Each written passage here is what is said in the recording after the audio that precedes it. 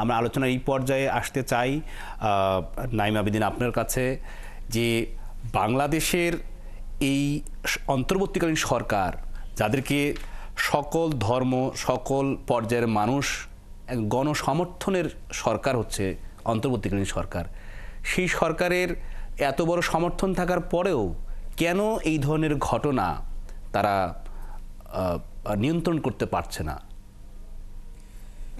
কারণ কি? কয়েকটা বিষয় চলে আসে যখন আপনি নিয়ন্ত্রণের প্রশ্নে আসেন। বৈষম্যবিরোধী ছাত্র আন্দোলন এই সরকারের, বৈষম্যবিরোধী ছাত্র আন্দোলনের সমর্থনে এই সরকার গঠিত হয়েছে, এটা যেমন সত্য, ঠিক তেমনি এই সরকারের সবগুলো সিদ্ধান্ত কিন্তু বৈষম্যবিরোধী ছাত্র আন্দোলনের সাথে রিলেটেড না। অর্থাৎ আমরা কিন্তু কোনো সরকারি দল না বা কোনো সরকারের অংশও না। আমার জায়গা থেকে যদি আপনি আমাকে জিজ্ঞেস করেন, আমি বলতে পারবো সরকারের বাইরে থেকে একজন ছাত্র প্রতিনিধি হিসেবে আমি উত্তর দিতে পারবো। সরকারের হয়ে আমি উত্তর দিতে পারবো না যে কেন আসলে এই সরকার সবগুলো সিচুয়েশন হ্যান্ডেল করতে পারছে। কোনটা কি আপনাদের? আমার মতে আপনি যখন দেখবেন যে দীর্ঘ 16 বছর মানুষের যেই ধরনের অত্যাচার নিপীড়ন, বিশেষ করে বিএনপি এবং জামাত সহ বিভিন্ন দলগুলোর নেতাকর্মীদের উপর যেই ধরনের নির্মম অত্যাচার হয়ে আসছে, এবং এর পরিপ্রেক্ষিতে 5ই আগস্টের পর আমরা দেখতে পেয়েছি তুলনামূলক, আমি মনে করি যে আমি এক্সপেক্ট করেছিলাম হয়তো এই এক সপ্তাহ কিংবা এক মাস বাংলাদেশে হয়তো একটা ম্যাসাকার অবস্থা সিচুয়েশন ক্রিয়েট হবে, কিন্তু বাংলাদেশের মানুষ কিন্তু তার চূড়ান্ত ধৈর্য দেখিয়েছে। এবং আপনি দেখেন এই গতকালকের মতো এত ন্যাক্কারজনক ঘটনার পরও এখন পর্যন্ত চট্টগ্রামের মানুষ কিন্তু এখনো পর্যন্ত ধৈর্যশীল, এবং কোনো ধরনের পাল্টা হামলা বা সাম্প্রদায়িক দাঙ্গা কিন্তু এখনো হচ্ছে না। তো সেই ক্ষেত্রে তারপরও বিচ্ছিন্ন ঘটনা যেগুলো ঘটতেছে আমি মনে করি তুলনামূলকভাবে অনেক কম। কারণ গত 16 বছর যেই পরিমাণ অত্যাচার নিপীড়নের শিকার মানুষ হয়েছে, তার যেই ক্ষোভ, সেই ক্ষোভের প্রতিফলন 5ই আগস্টের পরে হয়তো একদিন দুই দিন কিছুটা আমরা দেখেছি, যার কারণে শুধুমাত্র হিন্দুদের ঘরে হামলা হয়েছে বিষয়টা কিন্তু এমন না।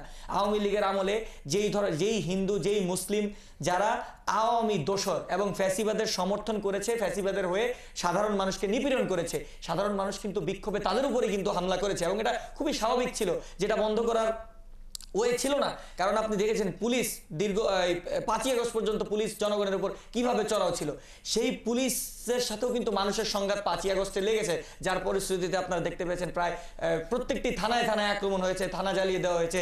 যদিও এটা আমরা কেউই সমর্থন করি না, কিন্তু মানুষ বাই ডিফল্ট এই কাজগুলো করে ফেলেছে।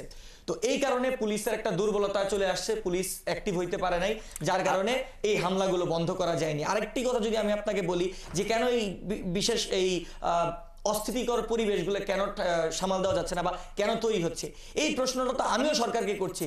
যে আগে আপনার বিএনপি বা জামাত যদি একটা জায়গায় একটা সভা করতো, একদিন আগে, 2 দিন আগে, এক সপ্তাহ আগে তারা তা জেনে যেত, ডিজিএফআই এনএসআই, তাহলে এখন কেন তারা জানছে না যে এই ইসকনের তারা উগ্রবাদীরা কোর্টে হামলা করবে, বা মোল্লা কলেজ থেকে সোহরাওয়ার্দী কলেজে স্টুডেন্ট যাচ্ছে, বা সোহরাওয়ার্দী কলেজের স্টুডেন্ট যাচ্ছে মোল্লা কলেজে হামলা করতে, কেন তারা আইন শৃঙ্খলা বাহিনী, এই খবর কি তাদের কাছে নেই?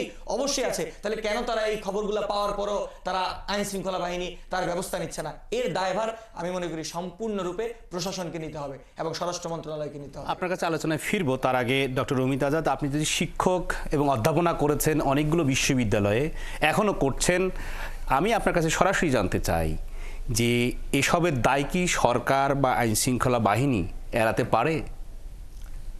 এভাবে ঠিক বলবো না, কারণ ঐক্যবদ্ধ সরকার, জনতার সরকার, আমরা সবাই সমর্থন দিয়েছি।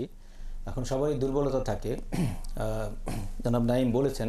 আমি ওখানে এই বলতে চাই যে ডক্টর মোহাম্মদ ইউনূস স্যার যেমন একজন প্রমাণ ব্যক্তিত্ব, অন্যদিকে রাজনীতিতে তিনি কিন্তু একেবারেই নতুন। তো আমি ব্যক্তিগতভাবে মনে করি যে স্যারের চারদিকে 2-4 জন ঝানু পলিটিশিয়ান থাকা দরকার, যারা স্যারকে রাজনৈতিক পদক্ষেপগুলো নিতে সাহায্য সহযোগিতা করতে পারবে। আমার মনে হয় তাহলে সমস্যা অনেকাংশেই কমে আসবে।